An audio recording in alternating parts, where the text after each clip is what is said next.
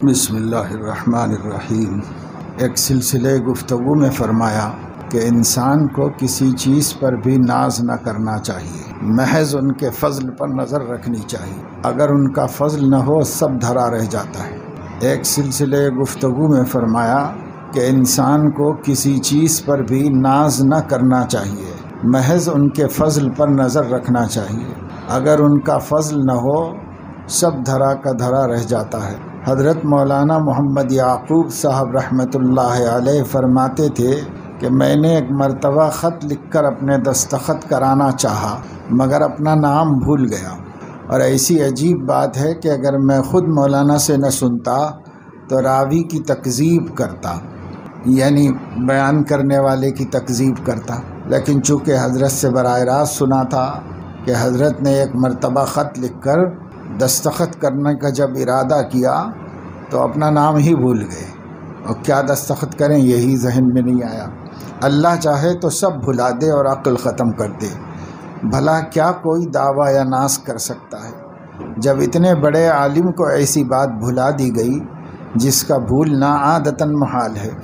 فرمایا کہ میں اپنے دوستوں کو بھی مشورہ دیتا ہوں اور خود بھی اس پر عمل کر رہا ہوں کہ حق تعالیٰ سے اپنی بہبود اور فلاح کی دعا کریں، اور یہ بڑا عمل ہے، اور اس سے بڑا عمل یہ ہے کہ خدا کے راضی کرنے کی فکر میں لگ جائیں۔ اگر مسلمان ایسا کریں تو چند روز میں انشاءاللہ کایا پلٹ ہو جائے۔ ملک کے حقیقی مالک تو حق تعالیٰ ہی ہیں، تو ملک جن کی ملک ہے انہیں سے مانگو، اور اس کا صحیح طریقہ یہی ہے کہ ان کو راضی کرو۔ میں ایک مرتبہ حضرت مولانا فضل الرحمن صاحب گنج مراد آبادی رحمۃ اللہ علیہ کی خدمت میں بغرض زیارت حاضر ہوا۔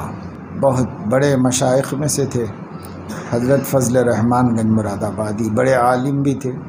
حضرت طالب علمی کے زمانے میں ان سے ملاقات کے لیے گئے تھے۔ شب کو بے وقت پہنچا۔ حضرت مولانا بہت خفا ہوئے اور مجھ پر ڈانٹ ڈپٹ۔ مولانا نہ میرے استاد تھے، نہ پیر تھے، نہ پیر کے پیر تھے، حتیٰ کہ جس سلسلے میں ہوں یعنی چشتیہ، مولانا اس سلسلے میں بھی نہ تھے کیونکہ ان کا سلسلہ نقش بندی تھا۔ مگر مولانا کے خفا ہونے کے میرے دل میں ذرہ برابر بوجھ نہ ہوا۔ میں اپنے نفس کو عین خفگی کے وقت خوش پا رہا تھا اور ذرا کدورت یا نفرت محسوس نہ کرتا تھا۔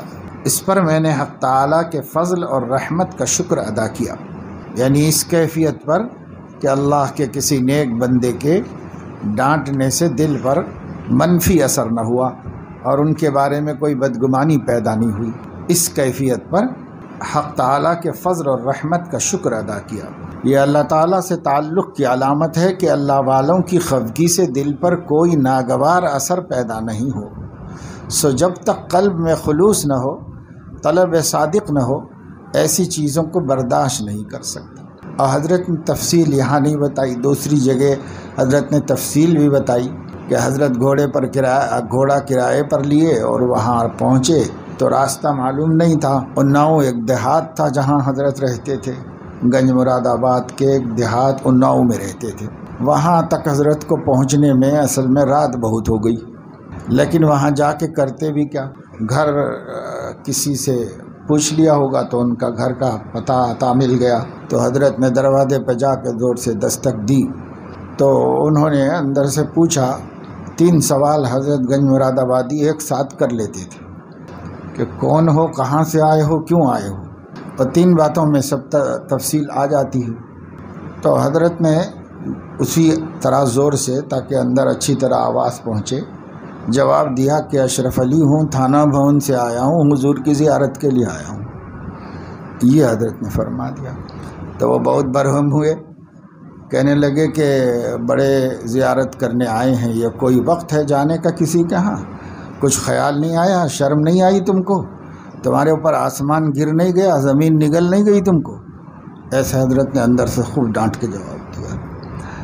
تو حضرت سب سنے لیکن اس کا اثر نہیں لیا۔ وہی فرما رہے ہیں کہ باتیں تو حضرت نے بہت گرم اور سخت کہیں، لیکن میں نے اس کا کوئی منفی اثر نہیں لیا کہ صاحب کیا ایسے بات کرتے ہیں کیا مہمان سے، ایسا کوئی منفی اثر نہیں لیا۔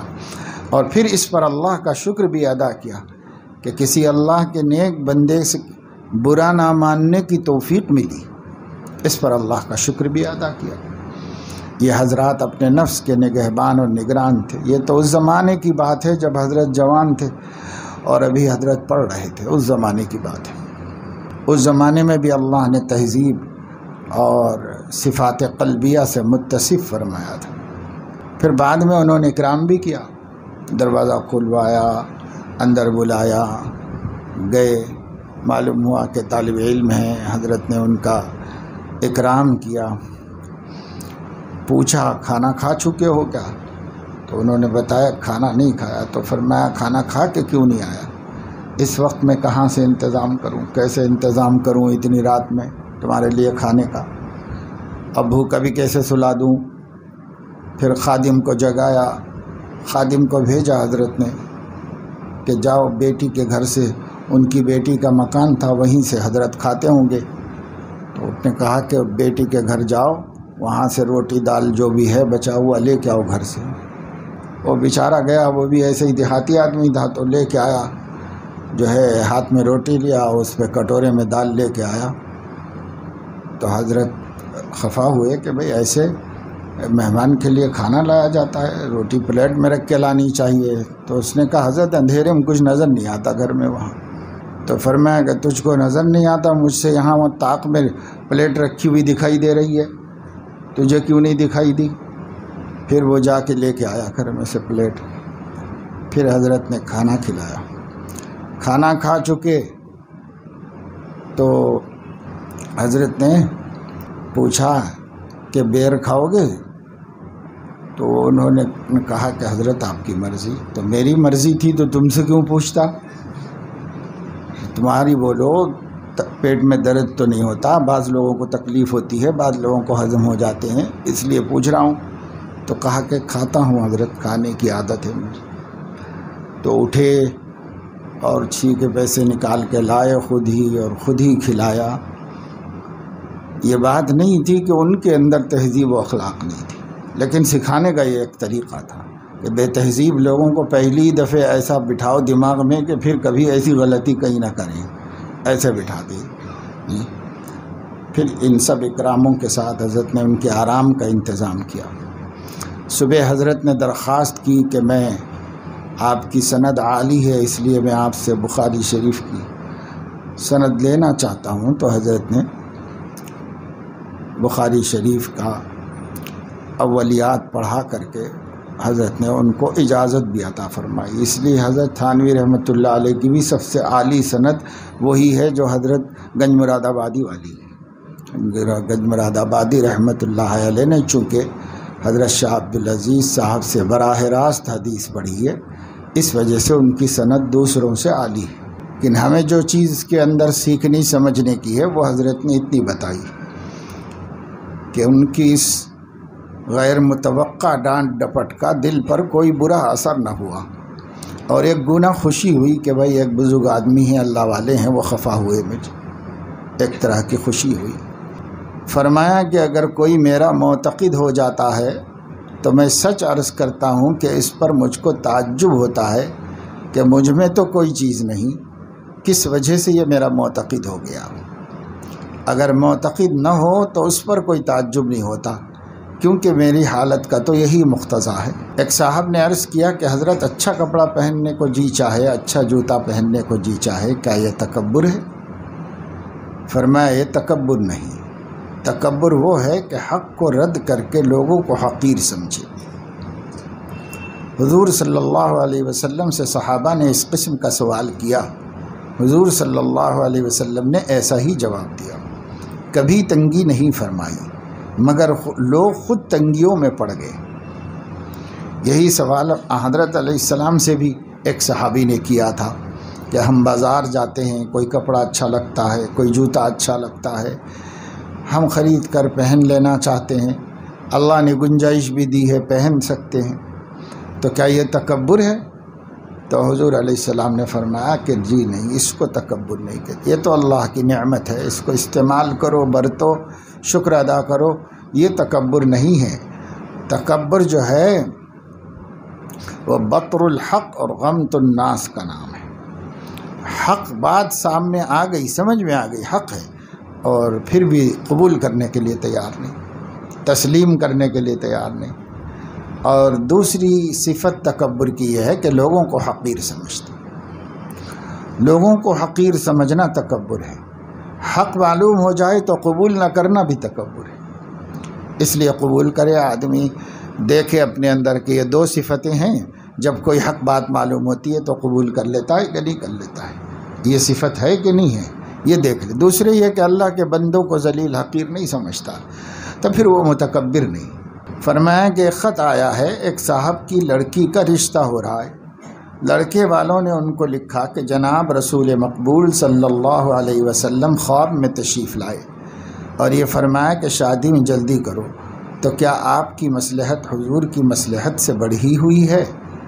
اب وہ بیچارے لڑکی والے لکھتے ہیں کہ کہیں اس وقت شادی نہ کرنا حضور صلی اللہ علیہ وسلم کے حکم کے خلاف تو نہ ہوگا؟ میں نے جواب میں لکھ دیا ہے کہ ایسے امور میں حضور صلی اللہ علیہ وسلم کے بیداری کے ارشادات بھی محض مشورہ ہوتے تھے، جن پر عمل کرنے میں انسان مختار ہوتا تھا، وہ احکام تشریعیہ نہیں ہوتے تھے کہ لازم و واجب ہوں، اور خواب تو بیداری سے بھی ضعیف ہے۔ یہ علم پر عبور اور علم میں گہرائی کی بات ہوتی ہے، ورنہ عام آدمی سوچتا کہ ہاں بھائی فوری کرو حضور کی نافرمانی ہو جائے گی، حضور علیہ السلام، یہ جذباتی جواب ہوتا، لیکن حضرت نے جذباتی جواب نہیں دیا، عالمانہ جواب دیا۔ جذبات اور چیز ہیں، علم اور چیز ہے، اور جذبات مطلوب نہیں ہے، علم مطلوب ہے۔ حضرت علیہ السلام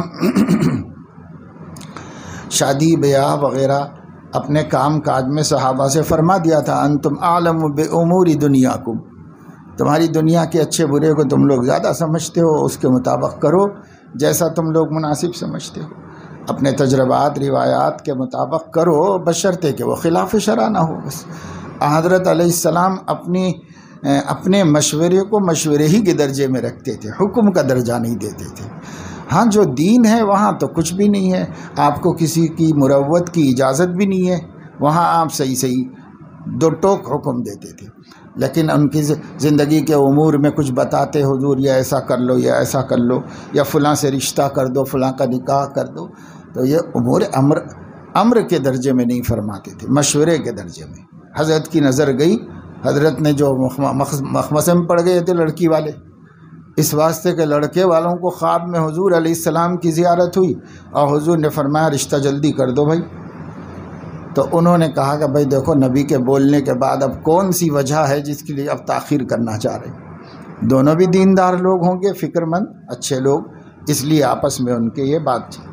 وہ پریشان ہوئے، حضرت سے مشورہ کیا، حضرت نے فرمایا ایسے امور میں تو بیداری میں بھی حضور علیہ السلام اپنے حکم کو حکم کا درجہ نہیں رکھتے تھے، مشورے ہی میں دیتے تھے، تو خواب تو اس سے بھی کمزور ذریعہ ہے معلوم ہونے کا، لہذا ضروری نہیں ہے اگر کوئی مصلحت ہے تو اس نافرمانی کو نافرمانی نہیں کہا جاتا حضور علیہ السلام۔ البتہ احیاناً کبھی کبھی امر حازم بھی ہوتا تھا، پختہ حکم جس کا علم قرائن قویہ سے ہو جاتا تھا، اس پر عمل واجب تھا، جیسے حضرت عبداللہ بن جحش کو حضور علیہ السلام نے ان کی بہن زینب بنت جحش رضی اللہ تعالیٰ عنہ کو، جو بعد میں ام المومنین بن گئی، حضرت زید سے نکاح کے لیے حضرت عبداللہ نے پوچھا تھا کہ حکم ہے یا مشورہ ہے؟ اگر مشورہ ہے تو مجھے مناسب نہیں سمجھ میں آ رہا ہے رشتہ، اور اگر حکم ہے تو مجھے کوئی تعامل نہیں ہے کرنے میں۔ تو حضور نے حکماً فرما دیا، کر دیا انہوں نے نکاح۔ خیر وہ آگے جا کے جمع بھی نہیں، بعد میں قصہ ختم ہو گیا، اور اللہ تعالیٰ یہ وہ نکاح ہے جو اللہ رب العزت نے آسمانوں پہ کر دیا۔ فلما قضى زید منها وطرا زوجناکها لکی لا یکون علی المؤمنین حرج فی ازواج ادعیائهم اذا قضوا منهن وطرا وکان امر اللہ مفعولا۔ نبی کے لیے گنجائش ہی نہیں رکھی اللہ پاک نے، نکاح ہو گیا ہے آپ کا، بس رخصتی کرنا ہے، اور حضرت کو اس میں تأمل تھا۔ وجہ اس کی یہ تھی کہ اس زمانے کے سماج میں منہ بولے بیٹے کو بھی حقیقی بیٹا کہا جاتا تھا، اس کی بیوی کو بھی حقیقی بہو سمجھا جاتا تھا، اس لیے کوئی اس سے نکاح نہیں کرتا تھا۔ اللہ اس رسم کو ختم کرنا چاہتے تھے کہ یہ خواہ کی پابندی تھی، اس کو اللہ ختم کرنا چاہتے تھے، تو اللہ تعالیٰ نے اس طرح نکاح کر دیا حضور علیہ السلام کا۔ اب حضور علیہ السلام کے لیے بچنے کی کوئی صورت نہیں تھی،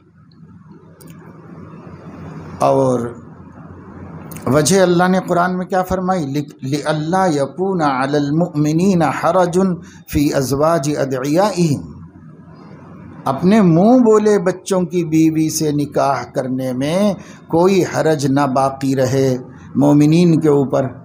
تو مومنین کے لیے ایک صحیح حکم پر لانے کے واسطے نبی سے اللہ نے اتنی بڑی قربانی کروا دی، کیونکہ یہ ایسے سماجی جو معتقدات ہوتے ہیں، خاندانی معتقدات ہوتے ہیں، جن کو ہم رواج اور روایت کہتے ہیں، یہ ایسے سخت بیٹھے ہوتے ہیں دماغ میں کہ بس کسی کے کہنے سننے سے نہیں نکلتے دماغ سے۔ اس لیے دیکھو بہت سے معتقدات محرم کے بارے میں، سفر کے بارے میں، اسی طریقے سے شادی بیاہ کے سلسلے میں اور بعض رسومات کے سلسلے میں، باوجود کہ اب لوگ بدعتی نہیں ہیں اور ماشاءاللہ صحیح العقیدہ ہیں، اہل حق علماء سے وابستہ ہیں، اور گھروں میں سب چل رہا ہے۔ اس لیے چل رہا ہے کہ نکلتا نہیں دماغ میں سے، ایسے جراثیم بیٹھے ہوتے ہیں۔ مرد لوگ بھی ہتھیار ڈال دیتے ہیں اور چھوڑ دیتے ہیں عورتوں، ٹھیک ہے بھائی کیا کریں، نہیں مانتی ہیں عورتیں، ایسا ہے ویسا ہے کر کے۔ درمیان والی لائن میں بھی بیٹھ جاؤ، مفتی صاحب کو ادھر بھیج دو، آگے آگے آ جائیے ادھر، اور طالب علم بھی پیچھے سے سامنے آ کے بیٹھ جاؤ، یہاں ادھر آ جائیے، ادھر آ جائیے، یہ جگہ پر کر لو، پیچھے جگہ نہیں تو لوگوں کو یہ جگہ پر کر لو۔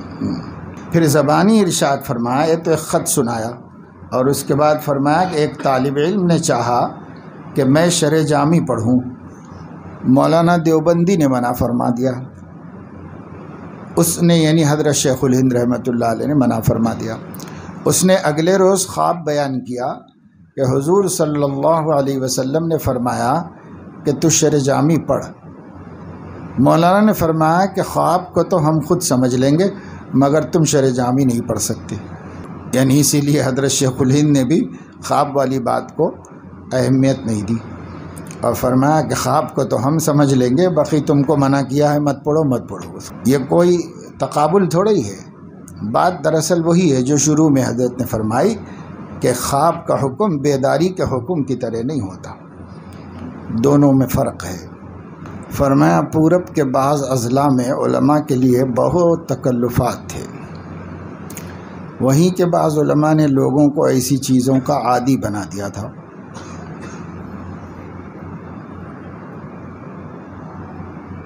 پھر جب سے میں ان اطراف میں جانے لگا تو یہ تکلفات بہت کم ہو گئے۔ پہلے یہ حالت تھی کہ کوئی عالم پہنچ گیا تو اس کے ساتھ 50 آدمیوں کی دعوتیں ہوتی تھیں۔ میں نے اس رسم کو اس ترکیب سے مٹایا کہ میں کہہ دیتا تھا کہ میں اکیلا کھاؤں گا، کسی کے ساتھ نہ کھاؤں گا۔ اس حالت میں دوسروں کی مستقل دعوت کون کرتا؟ غریب لوگ اس پہ بہت خوش ہوئے، اس لیے کہ وہ بیچارے 50 آدمیوں کی دعوت کی ہمت نہ رکھتے تھے، مگر رسم سے مجبور تھے۔ نتیجہ یہ ہوتا کہ وہ دعوت کر کے اظہار محبت سے محروم رہتے۔ ایک رسم یہ تھی کہ وائس صاحب کے چلنے کے وقت ایک شخص آگے آگے چلتا تھا، راستہ صاف کرتا ہوا۔ میرے ساتھ بھی اول یہی برتاؤ ہوا۔ ہم غریب لوگ نہ ایسی باتیں خود پسند کریں نہ اپنے بزرگوں کو دیکھا۔ میں نے اس کا انسداد اس طرح کیا کہ اول ان سے کہا کہ یہ کیا بے ادبی ہے کہ مجھ سے ہی آگے چلتے ہو؟ کہنے لگے کہ راہگیروں کے ہجوم سے آپ کو تکلیف ہوگی۔ میں نے کہا کہ کیا راستہ آپ کی یا میری ملکیت ہے؟ اگر وہ نہ بچیں گے ہم بچ کے چل لیں گے۔ اس طرح یہ رسم ختم ہوئی۔ ایک رسم یہ تھی کہ وہاں پر اکثر راستہ پالکی میں چلنا ہوتا تھا۔ میں پالکی میں بیٹھا جا رہا تھا کہ چند لوگ کچھ داہنے اور کچھ بائیں پالکی کے ساتھ دوڑ رہے ہیں۔ میں نے پوچھا یہ کیا حرکت ہے؟ کہا کہ آپ کے ساتھ رہنے کی وجہ سے دوڑ رہے ہیں، شاید راستے میں کوئی ضرورت ہو۔ میں نے کہا کہ تو اس کی کیا ضرورت ہے کہ برابر ہی میں دوڑو، کیا پیچھے رہ کر نہیں دوڑ سکتے؟ اس کہنے سے وہ سب پیچھے ہو گئے۔ تھوڑی دیر میں جو دیکھتا ہوں تو دوڑنے والوں میں سے ایک بھی نہ تھا، وہ تو سب میرے دکھلانے کے واسطے دوڑ رہے تھے کہ ہم بھی ایسے جانثار ہیں۔ یہ رسم بھی ختم ہوئی۔ ایک مقام ہے ضلع اعظم گڑھ، میں ندوہ سرائے میں وہاں بلایا ہوا گیا تھا۔ وہاں کے زمیندار نے رخصت کے وقت رومال میں بندھے ہوئے غالباً 200 روپے بطور نذرانہ پیش کیے۔ میں نے دریافت کیا کہ کیا یہ آپ کی طرف سے ہے؟ کہنے لگے کہ سب گاؤں کی طرف سے ہے۔ یہاں پر دستور ہے کہ جب کوئی عالم آتا ہے تو رخصت کے وقت گاؤں کی طرف سے نذرانہ دیا جاتا ہے۔ میں نے دریافت کیا کہ وہ خود دیتے ہیں یا مانگنے پر دیتے ہیں؟ کہا کہ ان سے جمع کیا جاتا ہے۔ میں نے کہا میں اس کو جائز نہیں سمجھتا، یہ رقم جن جن کی ہے سب کو واپس کر دی جائے اور کہہ دیا جائے کہ جس کو دینا ہو یہاں سے 1 میل کے فاصلے پر فلاں مقام ہے، آج میں وہاں ٹھہروں گا، وہاں آ کر دے دیں، اس لیے کہ لینے والے کو تو معلوم ہو کہ فلاں شخص نے یہ چیز دی، اگر قبول کر لی جائے تو اس کو بھی خوشی ہو اور وہ بھی خوش ہو۔ چنانچہ سب رقم واپس کر دی گئی، مگر اس کے بعد ایک بھی تو نہیں آیا۔ یہ رسم بھی ختم ہوئی۔ بات یہ ہے کہ جن بزرگوں کی آنکھیں دیکھی ہیں، یہ سب جن بزرگوں کو آنکھیں دیکھی ہیں یہ سب ان کی برکت ہے۔ ان حضرات کو اس ہی طرز پر دیکھا، وہی باتیں پسند ہیں، میرا اس میں کوئی کمال نہیں۔ انہی حضرات کی صحبت کی برکت ہے اور اسی کا یہ اثر ہے۔ گلے خوشبو در حمام روزے رسید از دست محبوب بدستم، بدو گفتم کے مشکی یا عبیری کہ از بو دل آویز تو مستم، بگفتہ من گلے ناچیز بودم ولیکن مدت باگل نشستم، جمال ہم نشیں در من اثر کرد وگر نہ من ہما خاکم کے ہستم۔ ایک روز ایک خوشبودار مٹی ایک حمام میں ایک محبوب کے ہاتھ سے مجھ کو ملی۔ میں نے اس مٹی سے کہا کہ تو مشک ہے یا عبیر ہے کہ تیری دل آویز خوشبو سے میں مست ہو گیا؟ مٹی نے کہا میں تو ناچیز مٹی ہی تھی، مگر ایک عرصے تک پھولوں میں رہی ہوں، لہذا ہم نشیں خوشبو نے مجھ میں اثر کر دیا ہے، ورنہ میں تو وہی خاک ہوں جو پہلے تھی۔ پہلے زمانے میں مٹی کو نہانے کے لیے خوشبودار بناتی تھی۔ خوشبودار بنانے کا طریقہ یہی تھا کہ اسے پھولوں میں رکھتے تھے، پھول اس پر رکھ دی، مٹی اس پر، اب وہ پھول اسی میں خشک ہوتے سوکھتے تو مٹی خوشبو پھولوں کی جذب کر لیتی تھی۔ موتیا ہو کہ گلاب ہو، کوئی سے ہو تو وہ مٹی میں خوشبو آتی، اس مٹی سے رگڑ کے نہا لیتے تھے۔ اس زمانے کا طریقہ خوشبودار مٹی کے استعمال کرنے کا ایسا ہوتا تھا۔ تو شیخ سعدی رحمۃ اللہ علیہ نے وہی مٹی والی حکایت اس طرح بیان فرما دی۔ گویا مٹی سے بات ہو گئی، مٹی نے پوچھا، انہوں نے پوچھا، اس نے جواب دیا، اور حاصل اس کا یہ ہے کہ مٹی یہ کہہ رہی ہے کہ میرا کوئی کمال نہیں، وہی تو میں تو مٹی ہی ہوں، لیکن ایک عرصہ پھولوں کی صحبت میں رہنے کا موقع ملا ہے، اس لیے میرے اندر بھی پھولوں والی خوشبو آ گئی۔ اسی طریقے سے اہل اللہ حضرت فرما رہے ہیں کہ میں نے جن بزرگوں کو دیکھا ہے، جنہیں اللہ والوں کی صحبت میں رہا ہوں، ان لوگوں کے ساتھ جو ہے رہنے کی وجہ سے یہ میرا مزاج بنا ہے، اس میں میرا کوئی کمال نہیں، اہل اللہ کے مزاج کو دیکھ کر اپنا مزاج بنایا ہے۔ اس مقام پر ایک اور بات بھی سمجھنے کی ہے، وہ یہ کہ میں نے جو کہا ہے کہ سب بزرگوں کی برکت ہے، چھوٹوں کو تو یہی سمجھنا چاہیے، مگر بزرگوں کو یہ ناز نہ ہونا چاہیے کہ یہ ہماری ہی سب برکتیں ہیں، ان کو سمجھ لینا چاہیے کہ کبھی چھوٹوں کی بھی برکت ہوتی ہے۔ ایک مرتبہ مجھ کو مہمان ہونے کی حالت میں ایک صاحب جاہ و مال کے پاس شب کو سونے کا اتفاق ہوا۔ اس روز جماعت تو بڑی چیز ہے، نماز فجر میں احتمال ہوا کہ ادا بھی ہوئی یا کہ قضا ہو گئی۔ اس روز چھوٹوں کی برکت محسوس ہوئی کہ جن کو ہم نے اپنا چھوٹا سمجھتے ہیں، انہی میں ملے جلے رہنے کی یہ برکت ہے کہ نماز بھی وقت پر میسر ہو جاتی ہے۔ مجھے تو چھوٹوں کی برکت آنکھوں سے نظر آتی ہے، تو وہ ضابطے سے چھوٹے ہیں، ممکن ہے کہ خدا تعالیٰ کے نزدیک بڑے ہوں۔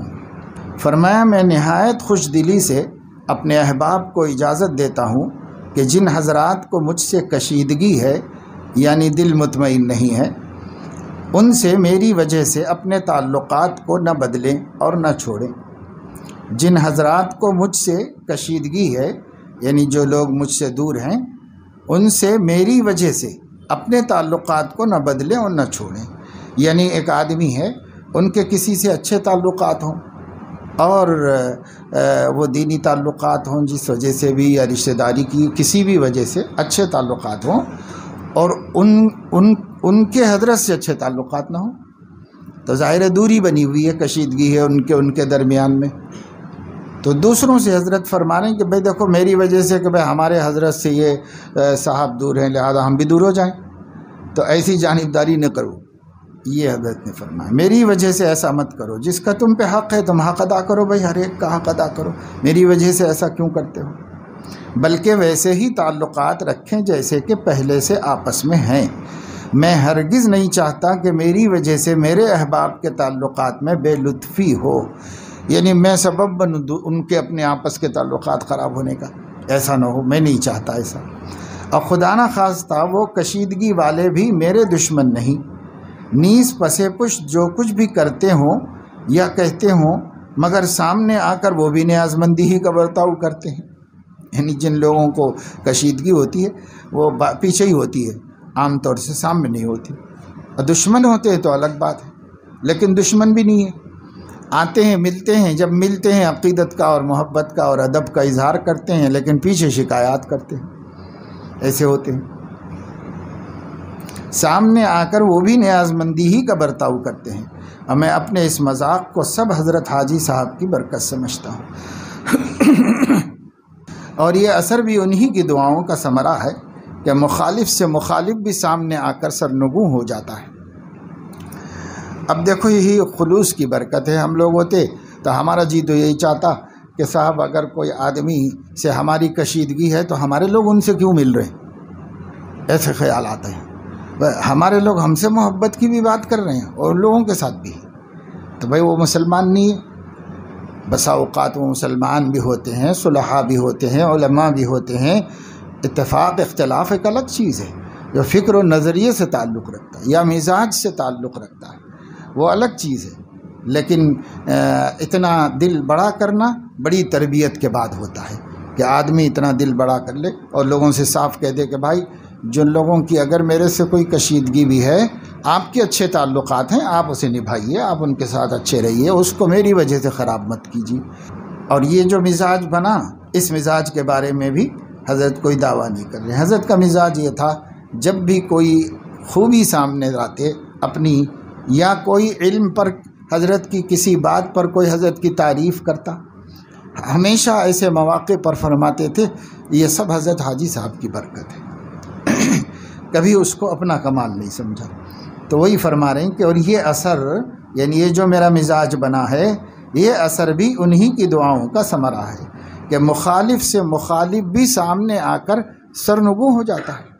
اب بڑے بڑے لوگ حضرت کے سامنے آتے، پیچھے کتنے ہی کچھ بھی ہوں گے، مسلمان بھی نہ سمجھتے ہوں گے، لیکن جب ملتے تو احترام سے ملتے، آمنا سامنا ہو جاتا تو بڑی عزت دیتے حضرت کو. تو فرمایا یہ اثر جو ہے یہ بھی حضرت حاجی صاحب کی برکت ہے، ورنہ میرے اندر ایسی کوئی چیز نہیں کہ جس کا یہ اثر ہو. نہ مجھ میں کوئی علمی ہی قابلیت ہے، نہ مالی ہی وجاہت ہے، نہ کوئی جاہی قوت ہے. ایک غریب آدمی ہوں، غریب شیخ زادے کا لڑکا ہوں، پھر یہ جو کچھ نظر آ رہا ہے سب حق تعالیٰ کا فضل اور حضرت حاجی صاحب رحمہ اللہ کی برکت اور دعاؤں کا ثمرہ ہے. اسی کی فرح ہے کہ میں اپنے دوستوں کو ہمیشہ اس معاملے میں آزادی دیتا ہوں کہ وہ میری وجہ سے اپنے ایسے دوستوں سے جن کو مجھ سے کشیدگی ہے بے لطفی و بے تعلقی نہ پیدا کریں. اگر ان سے تعلقات رکھے جائیں مجھ پر بحمد اللہ ذرا اثر نہ ہوگا، البتہ اس کے عکس پر تعجب نہیں کہ اثر ہو. یعنی اگر میری وجہ سے کسی تعلق والے سے بے تعلقی کی گئی تو مجھے تکلیف و ناراضگی ہی ہوگی کہ بھائی دوسرے کی حق تلفی کیوں کی؟ ہمارا تو حق ادا کرو، ہمارے محبت تعلق کا حق ادا کرو، مگر دوسرے کی حق تلفی کیوں کی؟ تو شاید مجھے ناگوار ہی گزرے گا، یہ فرما رہے. اور اگر اچھے تعلقات رکھے مجھے اطلاع ہو تو مجھے ذرا تکلیف نہیں ہوگی. بہرحال یہ قلب کی صفائی کی بات ہے. قلب صاف ستھرا ہوتا ہے تو دیکھو کیسے کھلا ہوا مزاج سامنے آتا ہے. کتنے بڑے مرتبے پر آدمی ہو لیکن لا یجرمنکم شنآن قوم علی الا تعدلوا اعدلوا هو اقرب للتقوی. کسی قوم سے دشمنی یا کسی سے اختلاف آپ کو عدل کے راستے سے نہ ہٹائے. عدل پر رہو، عدل ہی ایمان کے مناسب ہے.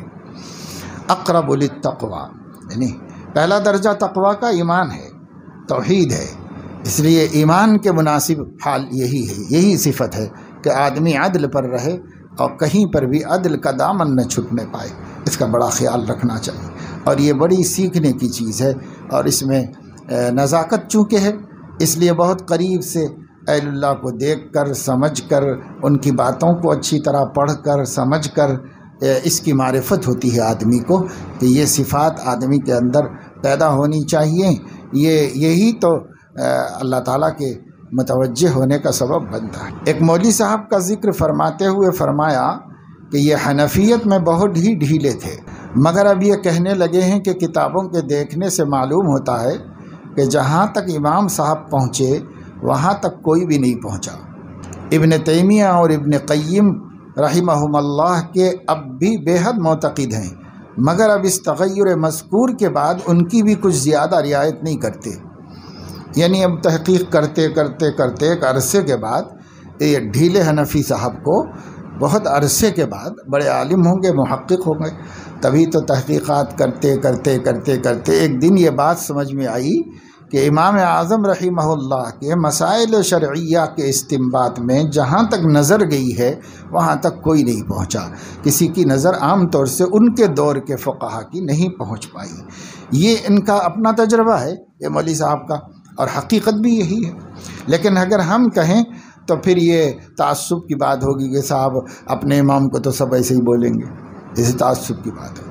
لیکن یہ وہ صاحب بول رہے ہیں جن کو پہلے شکایت بھی تھی اور وہ بہت سی چیزوں سے اختلاف بھی تھا اور پھر وہ تحقیق میں لگے رہتے تھے، تو وہ صاحب کہہ رہی ہے. تو اس لیے حضرت نے فرمایا کہ اب وہ ابن تیمیہ ابن قیم کے بڑے معتقد تھے، اب بھی معتقد ہیں، لیکن اب ان کی تحقیقات کو بمقابل امام اعظم کی تحقیقات کے مرجوح قرار دیتے ہیں. اب اس تغیر مذکور کے بعد ان کی بھی کچھ زیادہ رعایت نہیں کرتے. چنانچہ ابن قیم نے حنفیہ کے بعض فروع پر جو اعتراض کیے ہیں انہی مولوی صاحب نے ان کا بڑے شد و مت سے جواب لکھا ہے. اور واقعی بات یہ ہے کہ حنفیہ پر اکثر خامخواہ کی بدگمانی کر لی گئی ہے، ورنہ بے غبار مسائل پر اعتراض عجیب بات ہے. مذہب حنفی کو بعض نادان حدیث سے بعید سمجھتے ہیں، مگر مذہب میں اصل چیز اصول ہیں. سو ان کے اصول کو دیکھا جائے تو سب مذاہب سے زیادہ اقرب الی الحدیث ہیں. انہی اصول کے توافق کی بنا پر میں اکثر کہا کرتا ہوں کہ حنفیہ کے اصول پر نظر نہ کرنے سے ان کو ہمیشہ بدنام کیا گیا ہے.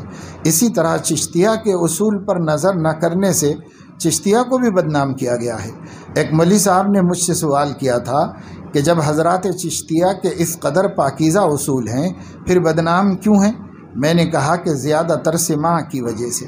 اگر یہ گانا نہ سنتے تو ان سے زیادہ کوئی بھی نیک کام مشہور نہ ہوتا، مگر الحمدللہ کہ ہمارے سلسلے کے قریب کے حضرات تو بالکل ہی نہ سنتے تھے. سو ماشاء اللہ ان سے نفع بھی بہت ہوا. یعنی اکابر مشائخ دیوبند چشتیہ ہیں، لیکن ان کے ہاں سماع وما کچھ بھی نہیں تھا.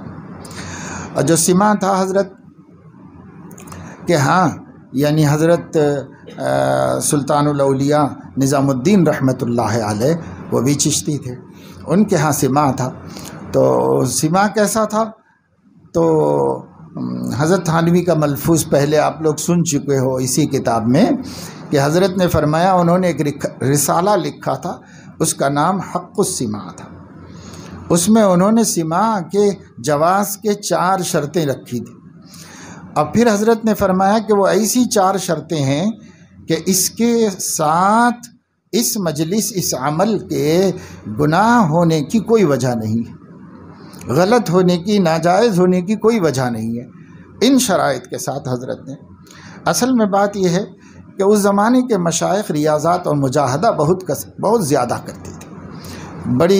بڑے بھی کرتے تھے، مشائخ بھی کرتے تھے، اور مشائخین کے ساتھ میں ان کے مریدین بھی بڑی بڑی ریاضتیں کرتے تھے۔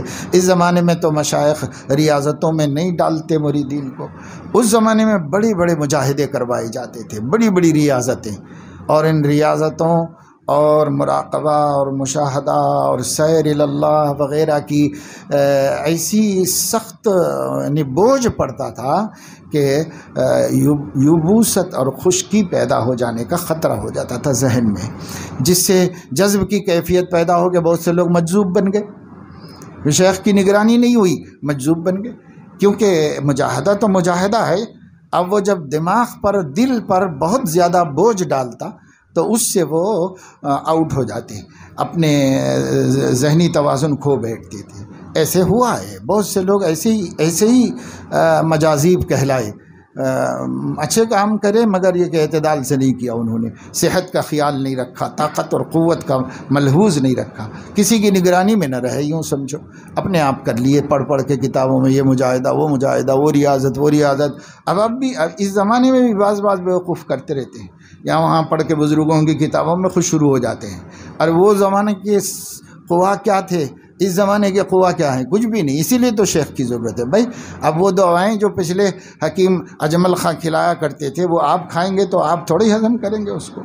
اور مثل مشہور ہے کہ دیکھا کہ نظام صاحب جو ہیں 4 بیویاں تو حلال رکھے ہوئے تھے، اور باقی بہت ساری ویسے بھی رکھی ہوئی تھی بیویاں انہوں نے، اور سب کو نمٹاتے تھے، سب سے اولادیں تھیں، پورا کنگ کوٹی بھرا ہوا تھا اولادوں سے، تب تھا آخر کیا کھاتے ہیں؟ تو پتہ چلا باورچی کو یا کسی ان کے خادم کو، نوکر کو، کہ وہ کوئی کشتہ کھاتے ہیں پان میں، اس سے ان کی قوت مردمی اتنی زیادہ بڑھ گئی ہے۔ تو وہ تو نہیں کھا سکتا تھا، وہ کہاں سے ملے گا غریب کو؟ تو ایک دن بادشاہ کا پاندان دھونے کے لیے لے گیا، وغال دان، اس میں سے وہ بچا ہوا نکال کر کھا گیا، سمجھے نہیں کہ کچھ تو مجھے بھی مل جائے گی طاقت، لیکن وہ اس قدر طاقتور تھی کہ صاحب آؤٹ ہو گئے بالکل، سمجھے نہیں، برداشت نہیں کر سکے اس کو۔ تو بھائی بعض مرتبہ کتابوں میں پڑھ کے نہیں عمل کرنا چاہیے، یہ سب چیزیں مجاہدے، ریاضت، سلوک، یہ بڑوں کی نگرانی میں طے ہوتی ہے، یہ طبابت ہے، علاج ہے۔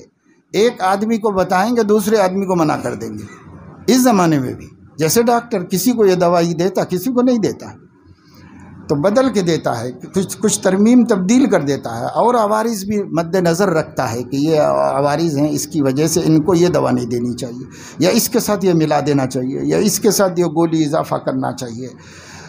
حکماء بھی یہی کرتے ہیں، ڈاکٹرز بھی ایسے ہی کرتے ہیں۔ تو بھائی دیکھو، ایسا کبھی نہیں کرنا چاہیے۔ ایک دفعہ ایسا ہوا کہ حضرت صوفی عبدالرب صاحب رحمۃ اللہ علیہ وہیں رہتے تھے اناؤ میں، بڑے بزرگ آدمی تھے، حضرت شیخ الحدیث مولانا زکریا رحمۃ اللہ علیہ سے وابستہ تھے، ان کے مرید تھے۔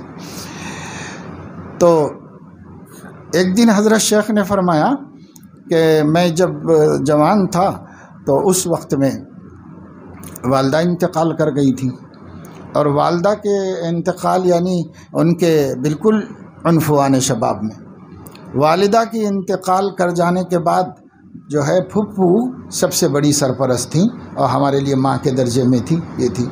اور جس زمانے میں نے اوجز لکھنا شروع کیا تھا، تو پھر میں جب بیٹھ جاتا تھا لکھنے کے لیے تو کھانے کی پرواہ نہیں کرتا تھا، کام شروع ہو گیا تو شروع ہوتا، رات بھر چلتا رہتا تھا کام۔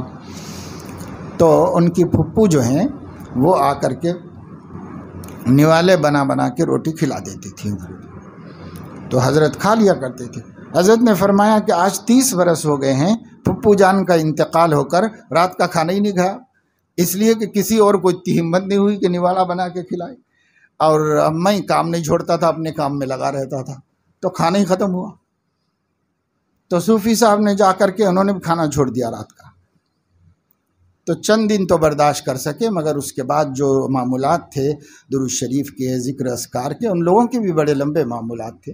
پہلے لوگ 12 تسبیح وغیرہ اور درود شریف کی کثرت، تلاوت، تو خشکی ہونے لگی، خشکی، اور حالت خراب ہونے لگی۔ شیخ کو لکھا، حضرت شیخ نے ان کو جواب لکھا، خبردار جو آج کے بعد کبھی میری نقل بھی بغیر اجازت کی، میری نقل بھی مت کرو بغیر اجازت، پوچھ کے کرو۔ ابھی وہ کوئی بھائی ہمارے حضرت کرتے ہیں، تو بھائی وہ بھی پوچھ کے کرو، ہو سکتا ہے کہ آپ کو مفید نہ ہو سکتا ہے آپ کو نقصان ہو جائے اس سے، وہ بھی پوچھ کے کرو۔ ہر چیز جیسے دواخانے کے اندر مریض جو ہے پابند ہے ہر معاملے میں خود رائے نہ کرنے کا اور شیخ سے پوچھنے کا، تو وہاں ڈاکٹر سے پوچھا جاتا ہے، یہاں شیخ سے پوچھا جاتا ہے۔